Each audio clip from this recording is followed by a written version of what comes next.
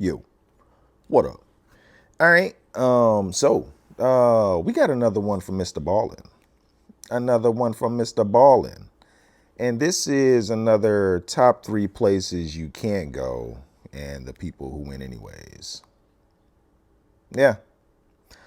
Mind the signs. Mind the signs.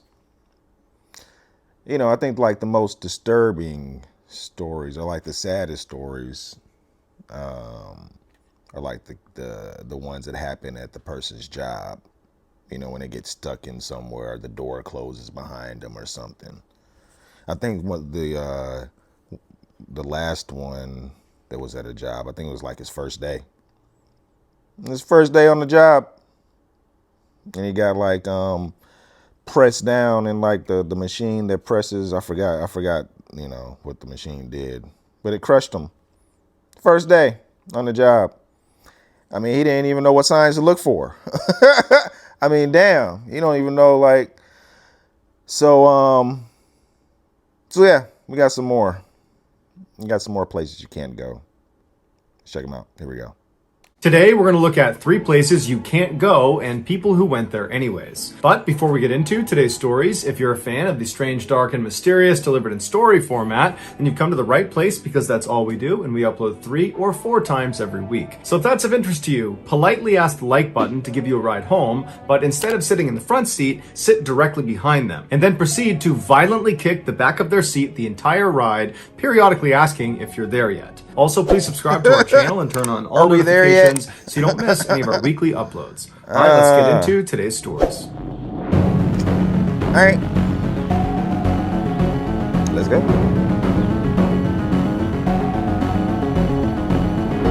Erratic behavior.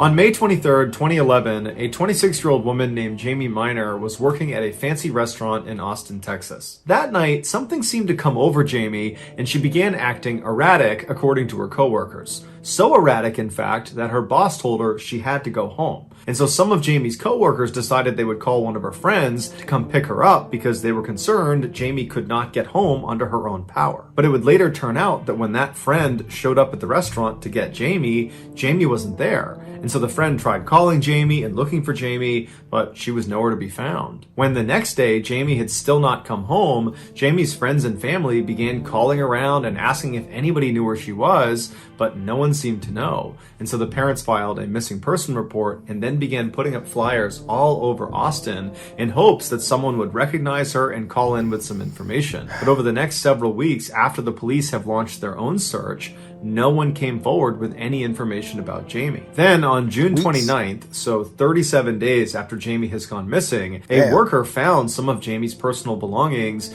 inside of a parking garage about a half-mile away from Jamie's restaurant. This discovery prompted police to pull the surveillance footage not only from the parking garage, but from neighboring businesses. And what they saw on all of this footage was on the night Jamie was supposed to be getting picked up by her friend, she instead shows up on camera trying to get in the side door of a steakhouse located right next to that parking garage. The steakhouse was called Perry's, and Jamie used to work there. So Jamie tries the side door, it doesn't work, so she makes her way into the parking garage and tries a door on the back of the restaurant, but that also doesn't work. Then, for reasons no one fully understands, Jamie made her way up to the 3rd floor of this parking garage, where she managed to pull off the cover to this huge air duct and then climbed inside. This air duct did eventually connect down to the steakhouse Perry's on the 1st floor, but in order to get down there, you would need to navigate these very tight and steep sections of pipe, and the inside of this air duct gets to be over 115 degrees Fahrenheit. The security footage only showed Jamie climbing into the duct. They didn't have footage of her leaving the duct. So the police made their way over to Perry's and this parking garage, and they get inside the air duct and they find Jamie. She had managed to climb through the ducts from the 3rd floor all the way down to the section of duct that was between the 1st floor and the 2nd floor. There, she had tried to go down this very steep section of pipe, and after getting to the bottom of it, she could not make the tight turn through the pipe. Her body just could not contort around the turn. But unfortunately, going back up it was impossible. It was too steep, it was too narrow, and there's nothing to grab onto. Jamie almost certainly began screaming for help, but the section of pipe she got stuck in was located in a building just off of the parking garage that was more or less abandoned, and so no one would have heard her. It's unclear how long Jamie was alive inside of that air duct, but eventually she died of hyperthermia, or overheating. While no one knows for sure why Jamie acted the way she did on the night she went missing, it was determined in her toxicology report that she had LSD in her liver. LSD is a very powerful hallucinogenic. I was like, why? There you go right there. During a busy 2009 weekend on a popular river in Florida, two boats collided. Within minutes, one of them, a 40-foot long pleasure craft, had sank. Luckily, all the passengers on both boats survived, but unluckily, where the sunk boat finally landed underwater was not very deep, and it was just barely outside of a main shipping channel, which meant if it didn't get moved, someone was eventually going to run into it. The marina owner contacted a local commercial diver and asked him if he would come out and lift this boat up and move it, but that diver was not going to be available for several weeks, and he was asking for too much money. So the marina owner reached out to another local diver, a guy by the name of Tim, and offered him the job. Tim was not a commercial diver. He was a 43-year-old recreational diver who was well known in the area and had lots of diving experience. But in terms of experience lifting 40-foot crafts off the bottom of the river, Tim had no experience. But Tim was excited at this challenge being presented to him, and so he accepted the deal and offered to do it for half the money the commercial diver was asking for. Even though Tim had never raised a boat before, he knew it was going to require a lot of lift bags around the boat. Lift bags are like these big, durable balloons that you can inflate and deflate underwater. But before Tim could just go down and start placing these bags, he needed to do a survey dive where he just went down and checked out the wreckage, saw it for himself, and figured out how many lift bags he would need and where he would place them. So on September 12th, Tim threw all of his dive gear into his truck, he left the marina and drove over to a parking lot that butted up against the shipping channel. Tim hopped out, leaving his gear in the truck. He walked down to the edge of the riverbank and he scanned out across the river looking for the buoy that the marina owner had told him was out there, designating where the shipwreck was. Once he found it and saw that it was not very far from where he was, he just walked back up to his truck, grabbed his gear, came back down to the water's edge. He jocked up, then hopped in the water and swam out to the buoy. Once he was there, he placed his diver down flag on the buoy. This is a flag that signifies to anybody in the area that there is a diver below them, and then he made his descent. Tim didn't expect to be underwater for very long, and because he was a very experienced diver, he probably thought this dive was going to be extremely routine. And so for those reasons, he had elected not to bring a dive partner with him. This is a huge no-no in the diving community, especially if you're going to be diving in a hazardous environment like a shipwreck. But Tim was confident, so he broke that rule. One of the pieces of gear that Tim had brought with him was a diver propulsion vehicle, or DPV for short. These DPVs come in all shapes and sizes, but what you should picture in your head is like a little torpedo with a propeller on the back, and the diver holds on to this torpedo and controls the speed using that in a throttle, James Bond or and basically just rockets around underwater. Mission Impossible? The current in the river that Tim was going to be in was fairly strong, and so Tim brought his DPV to help him stay near the shipwreck as he inspected it. After Tim went subsurface, he grabbed a scooter and began going straight down, and the water was not very clear, so he couldn't see the shipwreck at first. But after going down about 50 feet, he saw this beautiful boat. It was perched on its side on this fairly steep embankment with its nose pointing in the direction the current was flowing. Right away, Tim got to work swimming around the shipwreck, looking for different points on the boat where he could attach lift bags and marking those locations on his diver's slate, which is like a dry erase board. But after going around the boat several times, Tim had not seen the actual impact site on the side of the boat that caused it to sink in the first place, and he wondered if it was hidden on the side of the boat that was laying in the sand. And so Tim decided he wanted to go down and have a look, and so he went down to where the sand met the boat, but as soon as he got down there, he kicked up all the mud and the sand, and it killed his visibility. And so he grabbed onto the side of the boat, and he picked up his DPV DPV and turned it on with the propellers pointed back towards where the mud and the sand was, and he kind of used the propellers of the DPV like a leaf blower and blew the mud and sand out of his field of vision. And it worked great, but he couldn't see the impact site. And so he got underneath the boat and got closer and closer to where the actual metal of the boat was pressing up against the sand, and just continued to blow away the mud and sand to get a better look, when all of a sudden the ship lurched forward and came to a stop on Tim's legs. He couldn't move. He was totally trapped. When Tim had used his DPV to clear away the mud and sand,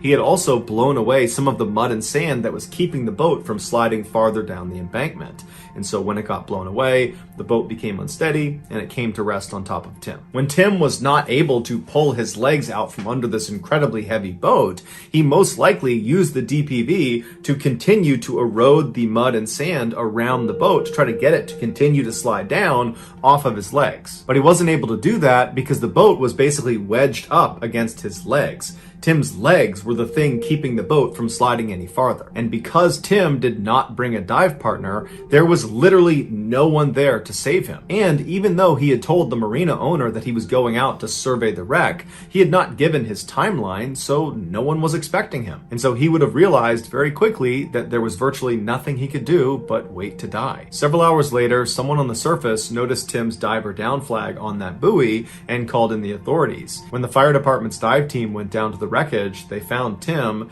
He was still trapped underneath the boat. He had run out of air and he had drowned. Need a dive partner, bro. From a young age, Carrie O'Connor had an intense love of learning. When she learned how to read, her parents had to bribe her to get her to put her book down so she would go outside and play with the other kids. While Carrie loved to learn about all things, her favorite subject was French culture. And so she began devouring all things French, and then in middle school, she began studying the language, and by high school, she was nearly fluent and taking college-level French courses. Carrie would go on to earn several degrees in French, including a PhD. And in 2019, she put that PhD to use when she was offered a full-time professorship at Boston University. She eagerly accepted the role. After her first full year at BU, she decided it was time to get an apartment that was closer to campus. So in August of 2020, shortly after Carrie's 38th birthday, she, along with her two beloved cats, moved just 10 minutes away from Boston University into an old apartment building on a busy street. With her apartment still filled with unopened moving boxes and furniture wrapped in plastic, Carrie broke out her laptop and enthusiastically wrote an email to all of her students for the year titled "The Joy of Learning French." In it, her students saw her passion for the French language and how excited she was about the upcoming academic year. A few weeks later, on Monday, September 14th, Carrie was back at her apartment building after classes, and she had just purchased a brand new piece of furniture that she wanted to haul up to her apartment. This piece of furniture was not actually assembled. All the parts and the directions were inside of this box that was 7 feet tall, 1 foot wide, and weighed just under 80 pounds. And so Carrie got this huge box out of her car at street level and then hauled it all the way through the front doors of her apartment building into the first floor lobby, where she leaned it up against the wall and then pressed the call button for the elevator. To understand what happens next, you need to have a basic understanding of how Carrie's elevator worked. Once the elevator car arrived on your floor, you would slide open this big door called the hoistway door. And on the other side, you would see the elevator car, and on the car itself would be yet another door. This door is called the car gate.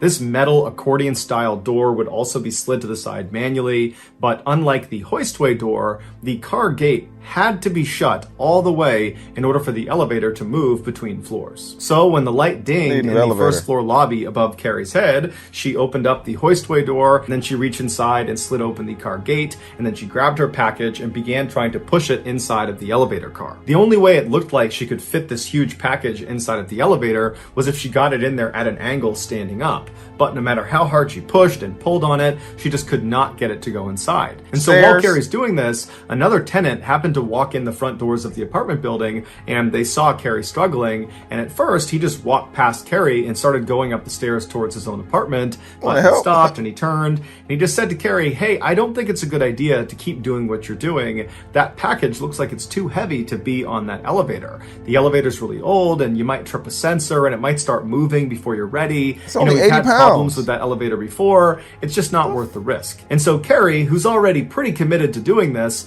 she hesitates for a second and just kind of looks at her package. And she looks up at the guy and says, you know what? I'm just going to try one more time. Can you help me? Inside the Help me elevator. take it And so upstairs. Carrie goes back to trying to get it on. And this other tenant hesitates for a second and then decides, okay, I'll help her do it. And so he goes down and he holds open the hoistway door with his hand. And Carrie goes inside of the elevator car and she uses her hip to keep open the car gate. And the two of them begin pushing and pulling, and finally they're able to wedge this package at an angle inside of the elevator car. And so Carrie thanks the guy and he says no problem. He turns and walks up the stairs and he disappears. Once he was gone, Carrie didn't press any of the floor buttons. Instead, she tried to close the car gate over the top of her package.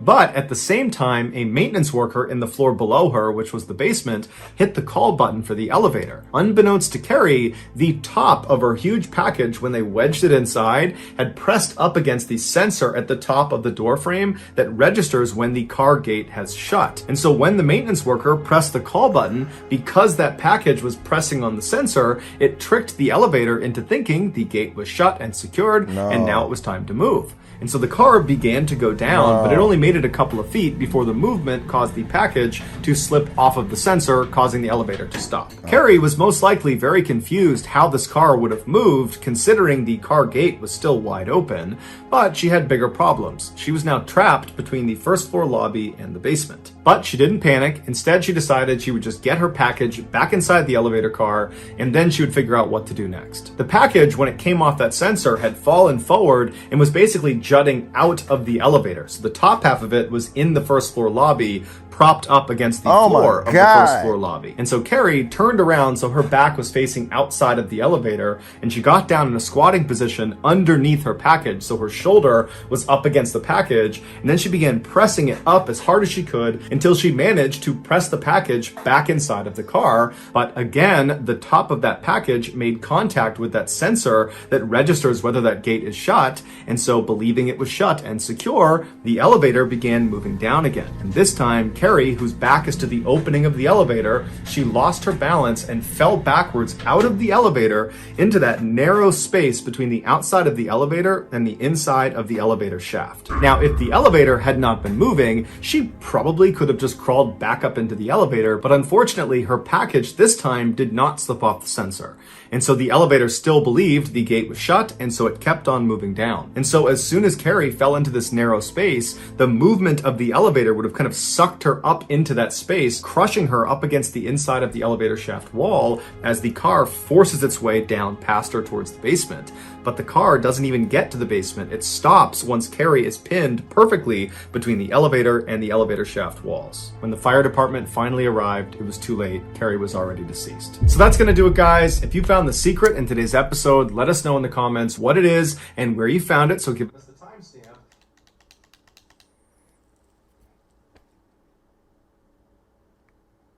What the hell?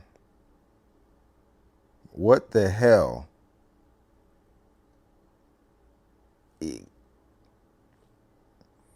Y'all need a new elevator.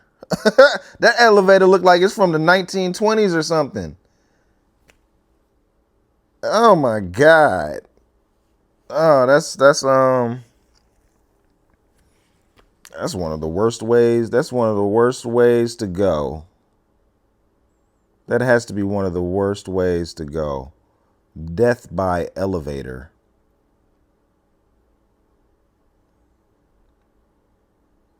I you know, I'm not gonna say I was scared of elevators, but you know, some elevators I look at funny. Like older elevators, I'll look at funnier. Like the elevators that don't seem like they can handle a lot of weight, I look at them funny. But now I'll be looking at them even more funny. Especially like I've never been on an elevator that looks like that old. Like that elevator looked like it's like I saw that elevator like in I don't know. I don't know. That's sad. That's sad. Should have just took the stairs if there was stairs. Oh, dude went up the stairs. I mean, if the box was only 80 pounds, you know, help just, you know, tell her you can help her take it up the stairs. That's how you meet people. Y'all could have, I mean, damn. Uh, that's sad. She's just trying to get some new furniture up to her new apartment. She just got a new job. That's sad. One of the worst ways. That's one of the worst ways. Death by elevator. Add elevators to the list. Add elevators to the list. Then the second story. You need a dive partner, man. You need a dive partner. That's probably the safest way to do anything in the water, especially when you're diving. We've seen all kind of shit happen when you dive. I mean, you just make it even more dangerous when you don't have a dive partner, where you don't have anybody that can help you or save you, and when you need it. You know what I'm saying? Man. And then like this is the first time he's ever doing anything like that. This is the first time he's ever removing a sunken ship. You know what I'm saying? You need somebody that can help you. I mean, damn. Man. And yeah, you're down there, you're underwater with a sunken, anything can happen. It could shift, it could, move, the current could move it. You know what I'm saying? All kind of stuff that could happen. Outside the ship. Forget even just going in the ship, but just outside the ship. You outside the ship looking around, you got stuck. Whew. And then you probably should have, you didn't tell nobody when you were going. You didn't have nobody going with you. This is the first time you're ever doing anything like this. You went down there, the visibility was already messed up. Oh, man. Yeah. I mean, I don't understand. I don't understand. I guess he didn't want to share the the payment with anybody. He didn't want to pay nobody else. He wanted to do this. I guess he wanted to do this, all for himself. Or he wanted the money all for himself. He didn't want no workers he had to pay. Makes sense. And I guess, there was, what were those? The floaties or whatever that would lift the ship. I guess you just had to figure out where you wanted to attach them. Attach them. It'll lift the ship up, and then you tow the ship wherever you need to tow it. It seems like an easy enough job. But at least have one person there to help you. Oh, man. Yeah, that was sad too. That was sad too. And the third story, the first story, MrBallen said it at the end, LSD, drugs, that makes sense now. I was thinking, is she on something? Is she having like some type of crisis going on? I don't know, but drugs. You know what I'm saying? You're up on the third floor trying to get in some vent, and you crawling in the vent trying to get to Perry's Steakhouse. Like, what are you trying to do? Was it the middle of the night, he said? It had to have been. She probably didn't know what she was doing because she was probably out of her mind, honestly. She probably didn't know where she was or what she was doing. Man. That's like I guess I was gonna say it's like the kids that are the people that tried to get into a house or a building through the chimney. You know what I'm saying? They thought the chimney would just go straight down there, but it was actually, it got narrower or it was a turn or something. But I don't think the people that got stuck in the chimney, I don't think they were like on drugs. They were just trying to get into trying to get in the house. She was on something. She was on something, which explains a lot. And I guess it would be hard to mind the signs and,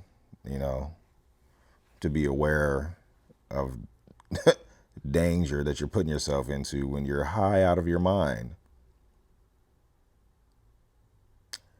It's a bad combination. Man. But yeah. Um